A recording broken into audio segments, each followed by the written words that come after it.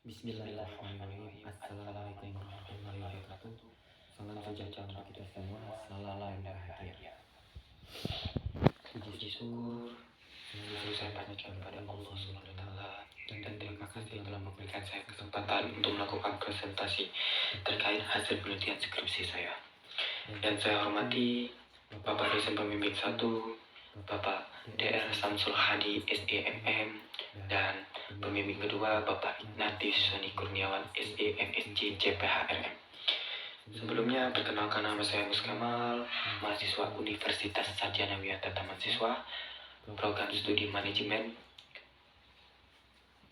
Hari ini saya akan memaparkan hasil penelitian skripsi saya dengan judul Pengaruh Gaya Kepemimpinan Demokratis dan Lingkungan Organisasi terhadap Kinerja Karyawan melalui Semangat Karyawan pada Studi Kantor Pos Besar Yogyakarta. Oke, yang pertama, latar belakang. Di sini saya mengangkat 4 tema sub. Di sini saya mengangkat ada 4 poin-poin penting. Yang dimana yang pertama ada era digital dan revolusi industri 4.0. Indonesia memiliki potensi besar dalam ekonomi digital, namun keberhasilan sangat bergantung pada kualitas kepemimpinan dan lingkungan organisasi. Pada poin kedua, yaitu gaya kepemimpinan demokratis yang inklusif dan lingkungan kerja yang mendukung dapat mempengaruhi semangat kerja dan kinerja karyawan. Keberhasilan dan kegagalan dikarenakan adanya campur tangan kepemimpinan dan didukung oleh lingkungan organisasi pemerintah yang baik. Maka pelaksanaan tugas tersebut yang tercapai dengan baik. Sebaliknya, kelemahan kepemimpinan karena keruntuhan kinerja birokrasi di Indonesia. Pada poin ketiga, yaitu adanya gap penelitian terdahulu, yang dimana temuan penelitian sebelumnya hasil studi tentang pengaruh kepemimpinan dan lingkungan kerja terhadap kinerja karyawan bervariasi, yang dimana memberikan peluang untuk penelitian lebih lanjut. Kemudian terdapat kasus yang dimana PT Pos Indonesia Jakarta masih menditemukan keterlambatan kerja dan kurangnya tanggung jawab. Dibutuhkan kepemimpinan yang mampu memotivasi dan penempatan SDM yang tepat. Kemudian di sini ada rumusan masalah. Terdapat 7 rumusan masalah yang saya angkat. Yang pertama, apakah gaya kepemimpinan demokratis berpengaruh terhadap kinerja karyawan pada PT Pos Besar Yogyakarta? Apakah lingkungan organisasi berpengaruh terhadap kinerja karyawan pada PT Pos Besar Yogyakarta? Apakah gaya kepemimpinan demokratis berpengaruh terhadap semangat karyawan pada PT Pos Besar Yogyakarta? Kemudian yang keempat, apakah lingkungan organisasi berpengaruh terhadap semangat karyawan pada PT Pos Besar Yogyakarta? Yang kelima, apakah semangat kerja karyawan berpengaruh terhadap kinerja karyawan pada PT Pos Besar Yogyakarta? Yang keenam, apakah gaya kepemimpinan demokratis berpengaruh terhadap kinerja karyawan melalui semangat karyawan pada PT Pos Besar Yogyakarta? Kemudian yang terakhir, apakah lingkungan kerja berpengaruh terhadap kinerja karyawan melalui semangat karyawan pada PT Pos Besar Yogyakarta? Kemudian di sini ada tujuan penelitian. Tujuan penelitian pada penelitian saya ini sama seperti tadi rumusan masalah ini. Jadi saya lanjutkan saja kepada landasan teori. Landasan teori, teori sosial. Teori yang saya angkat adalah teori sosial exchange teori.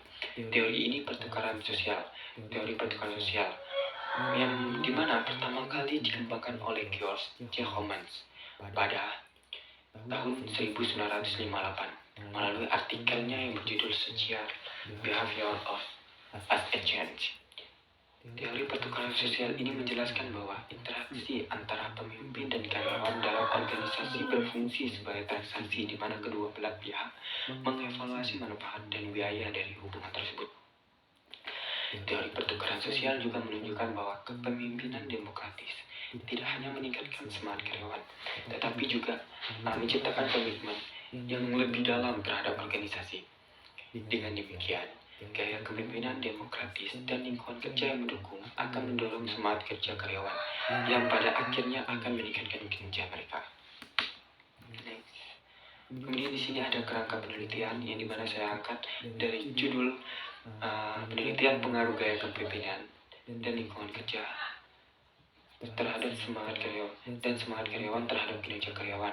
Dan teori yang saya angkat adalah teori sosial pertukaran sosial. Dan kerangka penelitian bisa dilihat pada bagian berikut.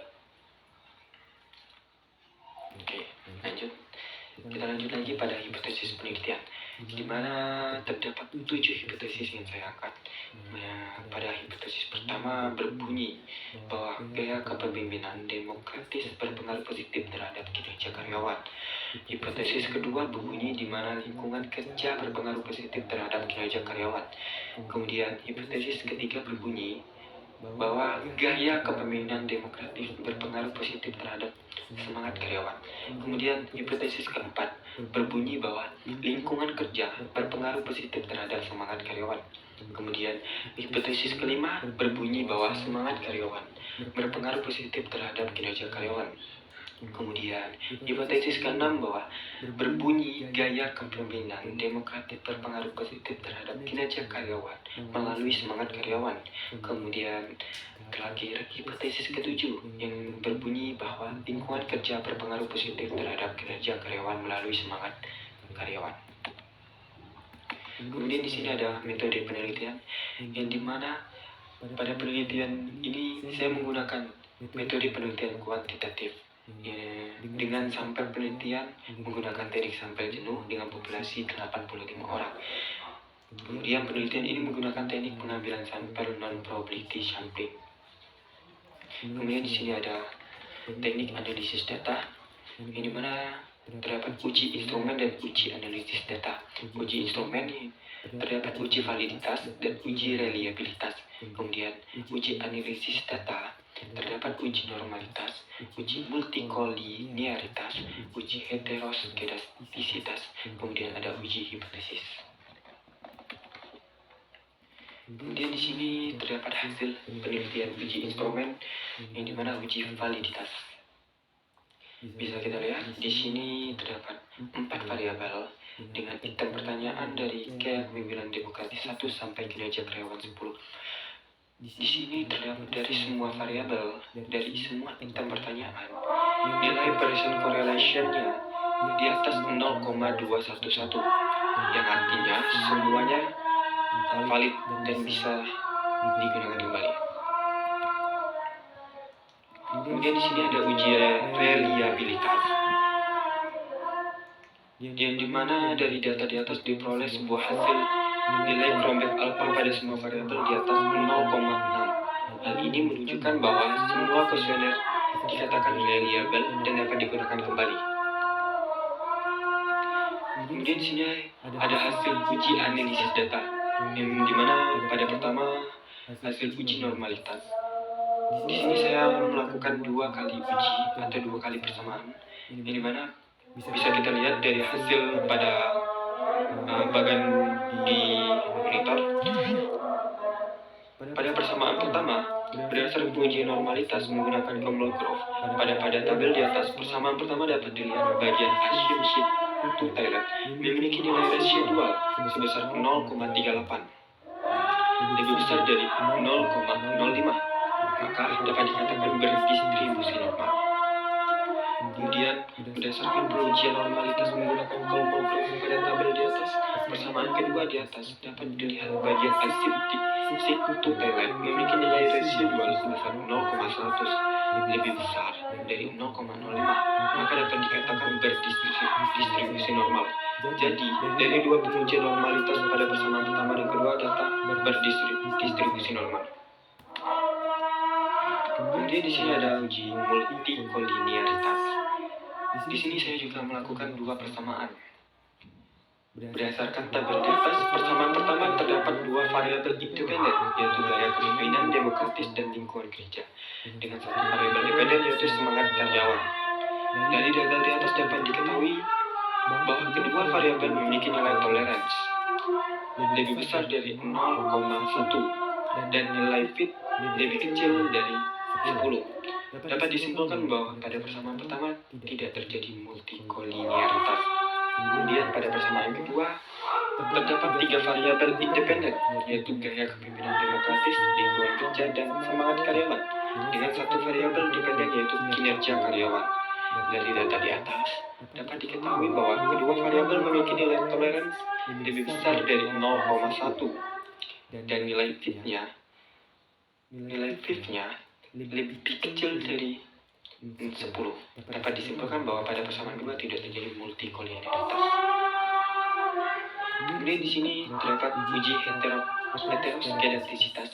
Terdapat dua persamaan gambar. Hasilnya bisa kita lihat pada persamaan pertama, gambar pertama, dan gambar kedua. Itu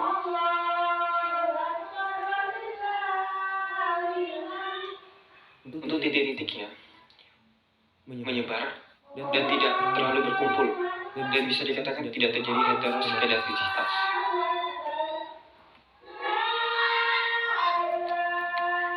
Kemudian di sini ada hasil uji regresi linear berganda. Terdapat dua persamaan juga. Pada persamaan pertama diketahui persamaan regresi, yang dimana Y sama dengan 28.012 ditambah 0,070 ditambah 0,146. Dari data di atas dapat dianalisis sebagai berikut. Yang pertama, nilai konstanta positif menunjukkan pengaruh positif variabel independen X1 dan X2. Kemudian, persamaan di atas menunjukkan bahwa setiap variabel X1 mengalami kenaikan satu satuan, maka Y akan mengalami peningkatan sebesar 0,070 atau 0,7%. Kemudian, persamaan di atas menunjukkan bahwa setiap variabel X2 mengalami kenaikan satu satuan, maka Y akan mengalami peningkatan sebesar 0,146 atau 14,6%. Kemudian pada persamaan kedua, diketahui persamaan regresi Y sama dengan 35.864 plus ditambah 0,131 ditambah 0,73 ditambah 0,118. Dari data di atas dapat dianalisis seperti berikut. Yang pertama, persamaan di atas dapat menunjukkan bahwa setiap variabel X1 mengalami kenaikan satu satuan, maka Y akan mengalami peningkatan sebesar 0,131 atau 13,1%.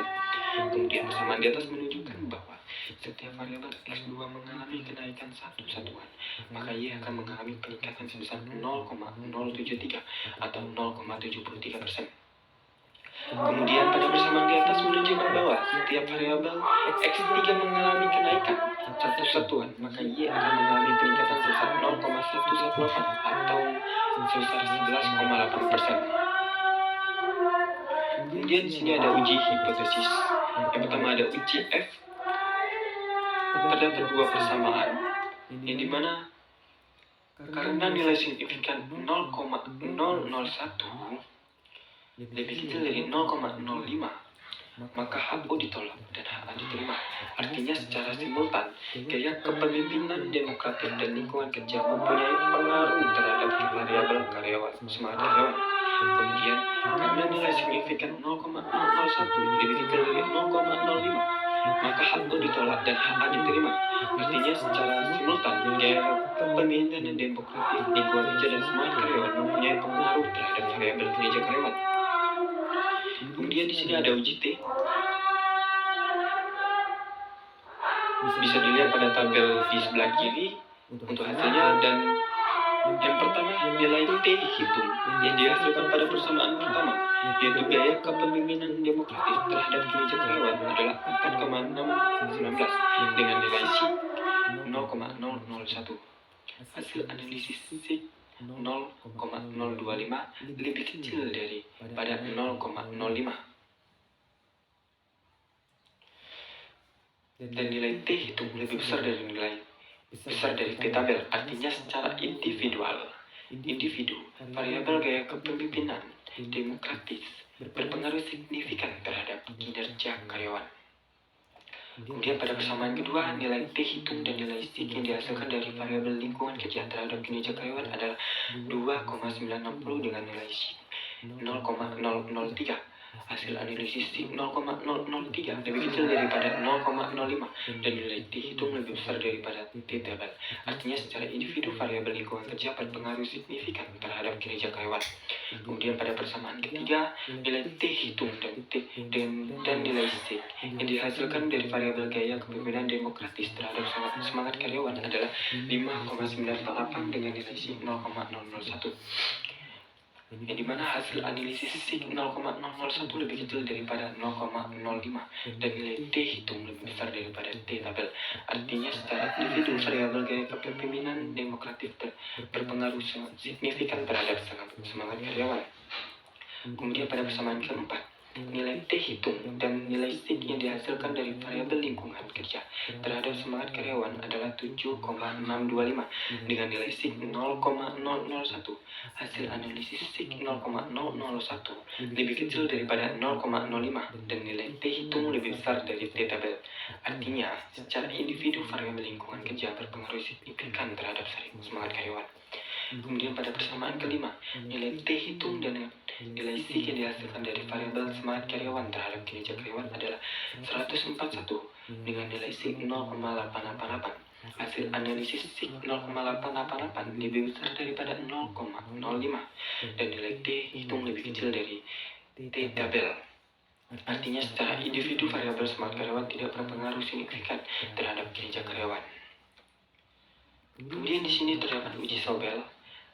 Hasil dari uji Sobel bisa dilihat pada tabel di sebelah kiri terdapat persamaan 1 dan persamaan 2, yang dimana dari tabel di samping merupakan hasil kalkulasi dua persamaan. Persamaan pertama, kalkulasi yang dilakukan menghasilkan nilai one Taylor probability sebesar 0,44240087 lebih besar daripada 0,05 dan two Taylor probability sebesar 0,88480173 lebih besar daripada 0,05. Dari penjelasan sebelumnya dapat ditarik kesimpulan bahwa semangat karyawan tidak mampu memediasi antara gaya kepemimpinan demokratis dan kinerja karyawan karena hal ini one Taylor probability dan two Taylor probability lebih besar dari 0,05, di mana nilai masing-masing lebih besar dari kriteria yang telah ditetapkan. Jadi dapat dikatakan bahwa hipotesis ke-6 pada penelitian ini ditolak dan tidak berpengaruh signifikan. Kemudian pada persamaan kedua, kalkulasi yang dilakukan menghasilkan nilai one Taylor probability sebesar 0,44239530 lebih besar dari 0,05 dan two Taylor probability sebesar 0,88479059 lebih besar dari 0,05. Dari penjelasan sebelumnya dapat ditarik kesimpulan bahwa semangat karyawan tidak dapat memediasi antara gaya kepemimpinan demokratis dan kinerja karyawan. Hal ini karena nilai one Taylor probability dan two Taylor probability lebih besar dari 0,05, di mana nilai masing-masing lebih besar dari kriteria yang telah ditetapkan. Jadi dapat dikatakan bahwa hipotesis ketujuh pada penelitian ini ditolak dan tidak berpengaruh signifikan. Kemudian di sini ada nilai uji determinan pada persamaan pertama dengan nilai 0,905 dan persamaan kedua 0,812. Persamaan pertama merupakan persamaan dengan variabel independen dan demokratis dan lingkungan kerja dengan variabel dependen berupa semangat karyawan. Persamaan satu memiliki nilai 0,905.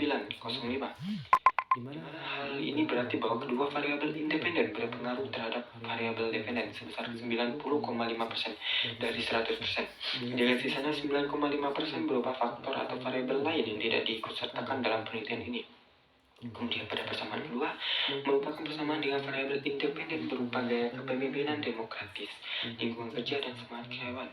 Sedangkan untuk variabel dependen berupa kinerja karyawan, persamaan kedua memiliki nilai 0,812, di mana hal ini berarti bahwa ketiga variabel independen berpengaruh terhadap variabel dependen sebesar 81,2% dari 100%. Dengan sisanya 18,8% merupakan faktor atau variabel lain yang tidak diikutsertakan dalam penelitian ini.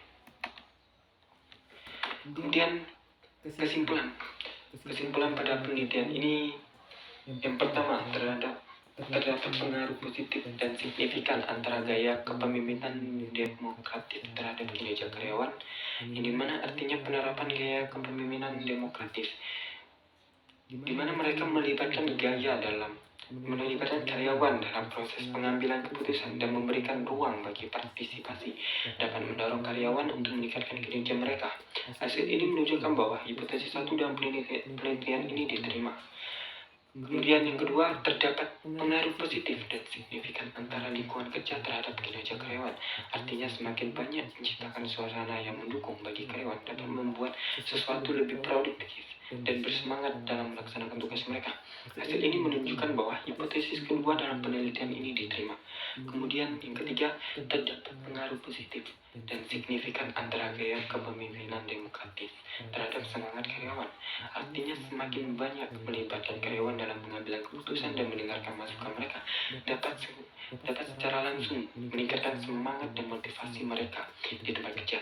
Hasil ini menunjukkan bahwa hipotesis ketiga dalam penelitian ini diterima. Kemudian pada poin keempat, terdapat pengaruh positif dan signifikan antara lingkungan kerja terhadap semangat karyawan. Artinya semakin baik kondisi fisik dan sosial di tempat kerja, maka semakin besar kontribusi dalam meningkatkan motivasi, semangat, dan antusiasme karyawan dalam bekerja.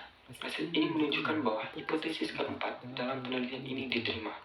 Kemudian pada poin kelima, tidak terdapat pengaruh positif dan tidak signifikan antara semangat karyawan terhadap kinerja karyawan.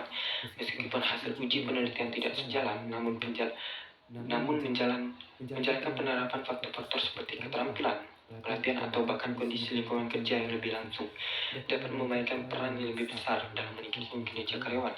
Hasil ini menunjukkan bahwa hipotesis kelima dalam penelitian ini ditolak.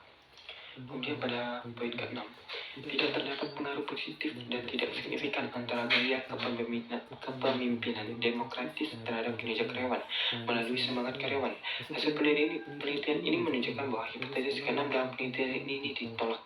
Kemudian pada poin ke-7, tidak terdapat pengaruh positif dan signifikan antara lingkungan kerja dan kinerja karyawan melalui semangat karyawan. Hasil penelitian ini menunjukkan bahwa hipotesis ke-7 dalam penelitian ini ditolak.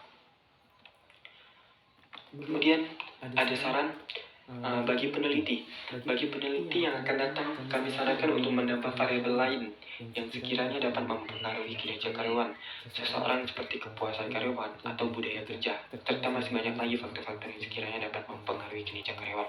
Selain itu, peneliti yang akan datang juga dapat berfokus pada penelitian dengan skala besar atau banyak agar tes semakin akurat. Kemudian bagi perusahaan, berdasarkan hasil pengujian yang dilakukan oleh peneliti dan menggunakan SPSS, diperoleh beberapa hasil. Adapun dari hasil pengujian tersebut, variabel semangat karyawan mempunyai pengaruh paling kecil terhadap kinerja karyawan. Tetapi perusahaan tetap harus menjaga semangat dan motivasi karyawan sebagai faktor pendukung kinerja.